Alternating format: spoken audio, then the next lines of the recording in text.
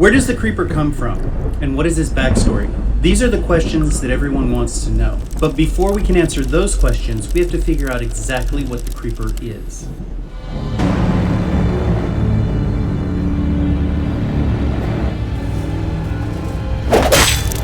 Welcome to today's video.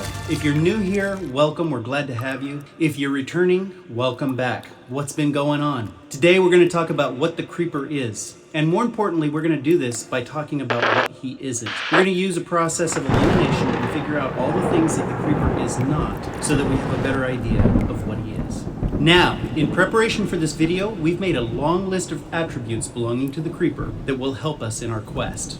There will be a complete list of these attributes in the video description. As always, we leave all of this information at your feet so that you can make a better decision about who and what you think the creeper is. Let's dig in.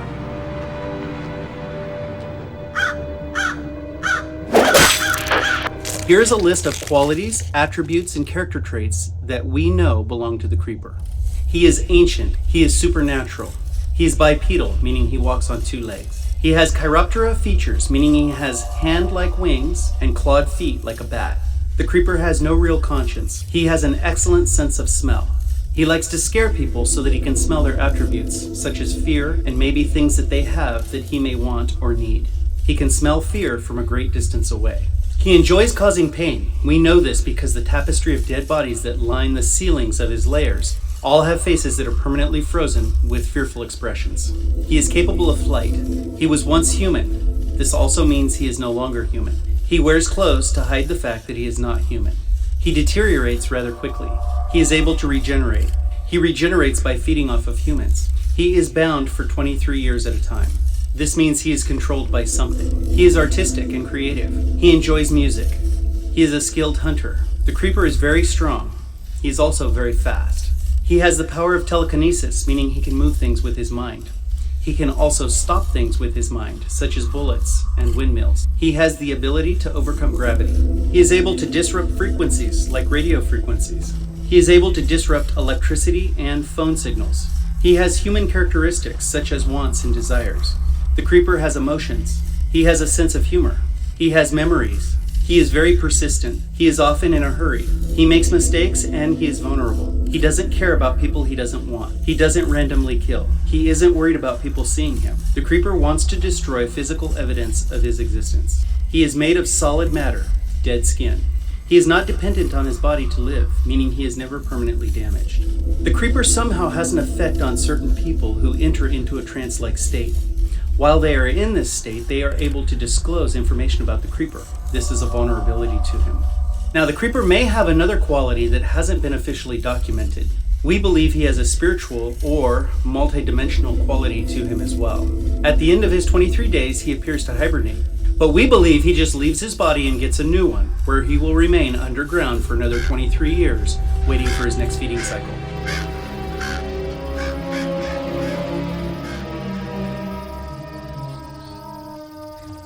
Knowing the creeper's attributes, we can now run through a list of known creatures, cryptids, and other storied monsters to see if the creeper is a good fit for each candidate. Now, everyone refers to the creeper as a demon that drives a truck. This is what we hear all the time. Now, is it possible that the creeper could be a demon? Let's take a look at demons and find out. Looking at some of the attributes of a demon, we do see some commonalities with the creeper. Demons do prey on humans. They have no conscience and they like to create fear in their victims. They are controlled by something much larger. They can be strong and they are extremely fast. But are demons physical? Most of the information we know about demons identifies them as being multidimensional, meaning they can move in and out of our dimension. They can be physical, but more often they are spiritual in nature. Now, it is possible that the creeper is possessed by a demon, and that is likely what contributed to his current state, although simply being demon-possessed wouldn't explain his other characteristics, such as eating to regenerate and being bound for 23-year periods. Additionally, as demons are supernatural in nature, they would never have been human in the past. As a matter of fact, demons are said to be the disembodied souls of the Nephilim, who got eradicated from the earth with the Great Flood. For this reason, the creeper cannot be categorized as a demon. But what is a Nephilim? Is it possible that the creeper might be a Nephilim?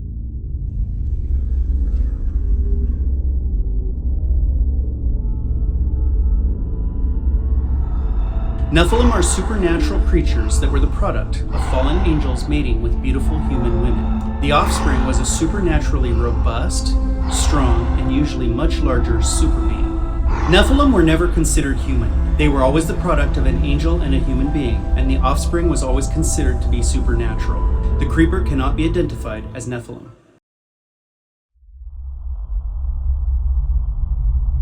There are fans who consider the creeper to be a gargoyle. Let's compare the qualities of a gargoyle with those of the creeper and see if it would be a good fit. The gargoyle is a fantasy and horror monster inspired by architecture, where antique architecture would have adorned these carved creatures, where it was believed they would ward off evil spirits. While they were believed in mythology to frighten away evil spirits, the idea of these statues physically coming to life is a much more recent notion. They are usually made with magically animated or transformed stone, have animal or chimera traits, and are often the guardians of a location, such as a cathedral or a castle. They can also be depicted as vessels for demonic possession, or as living species resembling a statue. A gargoyle does share some qualities with the creeper, including the ability to fly and the possibility of being a vessel for demonic possession. It is also interesting to think of the creeper as keeping watch over a cathedral, since his lair lies underneath a church. But a true gargoyle is not constructed of dead skin, and there's no evidence of gargoyles needing to eat humans to regenerate. There is also no evidence of any gargoyle ever having been human. Whereas there are some strong similarities, we believe there are too many differences to categorize the creeper as a gargoyle.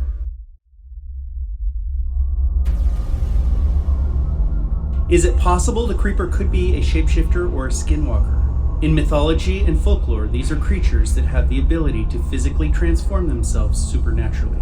It is thought these creatures use their ability to transform to lure humans close enough to inflict harm on them or possibly even kill them. We do see evidence of the creeper shapeshifting in Jeepers Creepers 2 when his head is damaged. He feasts on the head of one of the bus passengers and essentially grows a new head to replace his damaged one. But is this conclusive evidence that the creeper is indeed a shape-shifting creature? There are clearly commonalities between the creeper and shapeshifters. They are both supernatural, bipedal, and both have the ability to change form to some degree. Both are predators interested in preying on humans. It could be argued that a shapeshifter might change form into a flying creature to support this theory. But most often, skinwalkers and shapeshifters are considered to be ground creatures that are usually found in forested areas. There's also no evidence of shapeshifters having the ability to use telekinesis or ever having been human. Shapeshifters and skinwalkers do have things in common with the creeper, but once again the qualities that they share are fewer than their differences. For this reason, we are going to abandon the thought of the creeper being categorized as a traditional skinwalker or shapeshifter.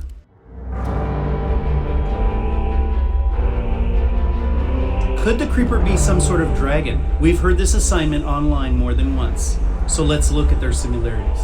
They are both able to fly, and they both have scaled skin. But other than these two commonalities, they seemingly have nothing in common.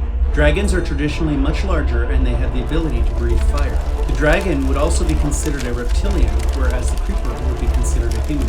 Additionally, dragons were never human. For this reason, we don't think the creeper could be categorized as a dragon. The Windigo is said to be a hostile spirit, sometimes depicted as a creature with human-like characteristics capable of possessing human beings. It is claimed to cause its victims the feeling of insatiable hunger, the desire to eat other human beings, and the propensity to commit murder. The Windigo is gaunt to the point of emaciation. Its skin is pulled tightly over its bones, and its complexion is the ash-gray color of death. Its eyes push back deep into their sockets. It looks like a skeleton recently removed from the grave. What lips it has are tattered and bloody, and it gives off an eerie and strange odor of decay, death, and corruption. Now, does this resemble the description of the creeper?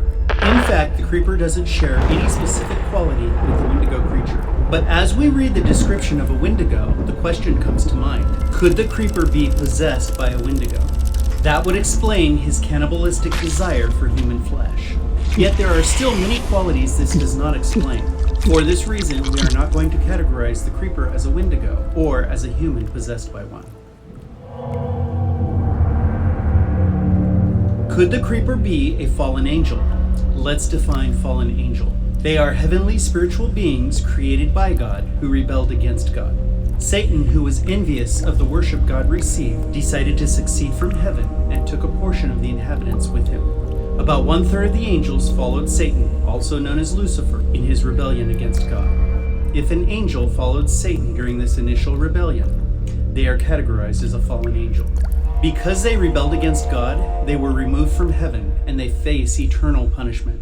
Because they have no eternal hope, it is their mission to pull as many people as possible with them into their eternal doom. Now, these are spiritual beings, but they can appear in the form of man. So what do fallen angels and the creeper have in common? They are both bipedal supernatural creatures. They both prey on human beings. They are both capable of flight. They are both very strong and extremely fast. They both have powers, capable of overcoming gravity and moving objects with their minds. It would be correct to say that both are ancient, and neither one has any remorse when it comes to killing humans, indicating a common lack of conscience. They both try to appear human, and fallen angels likely have all of the human emotions that the creeper has. A fallen angel would appear to be a much closer fit to the creeper, but are there any differences we can observe? Fallen angels can exist in solid form to interact with humans, but angels are generally considered to be multidimensional beings, and usually they exist in the spiritual form. There is no evidence of angels having been bound for 23-year periods. The biggest difference between the two is a deal breaker. Angels were never considered human at one time. They were created by God specifically as angelic beings. For this reason, we cannot categorize the creeper as a fallen angel. The creeper has been called a vampire. Are there enough common qualities between the two to consider the creeper a blood-sucking mythological monster? Vampires usually exist in a solid form, but they are able to shapeshift into other forms, such as a bat, and they are capable of flight. They are very fast and much stronger than humans. Vampires do prey on humans for their very sustenance. They have human characteristics, such as emotions and personal wants and desires. And all vampires were human at one time. They also have certain powers over humans and likely over their environment. Vampires can be ancient since they are immortal. They are bipedal, supernatural, and they also live without a conscience. They are also dead, so it is very likely they would have dead skin qualities. Now, this all seems like a pretty good fit for the creeper, but are there qualities that would disqualify the designation of vampire? The creeper doesn't seem to be a bloodsucker, but rather an organ eater. Additionally, he hunts constantly, day and night, whereas a traditional vampire is allergic to sunlight. For this reason, we shouldn't categorize the creeper as a vampire, at least not a traditional one. Is it possible the creeper could be an alien? Could the creeper have an alien background? This is a tricky category because there really isn't any solid information about aliens. The category of alien could quite literally be as broad as one's imagination is willing to stretch. But let's look at the recent theory that the creature is actually just a small alien life form attached to the back of the creeper's head. This theory became popular when a YouTuber cited evidence of this in Jeepers Creepers 2 when the creeper replaces his head. His tendrils remained in place waiting for the new head to emerge. This caused some to believe that the real creature is just a small parasitic alien attached to the back of a human head, working together to create the enigma we know as the creeper. Now, we can't really defend or deny this using our list of qualities, as an alien could potentially have the same characteristics as we see in the creeper. We have to test this theory with situational truth. Does this theory stick under most, if not all, circumstances? Now, this is a very interesting theory and the video was well done. It really caused us to ponder this thought. Like any good theory, let's put it to the test. It does make sense that a small creature could control the larger host body. As mentioned before, it is possible for the alien to give the creeper his characteristics. The question becomes, does this theory fail at any point, and where does it fail? We have a few problem areas with this theory. Let's see if you agree.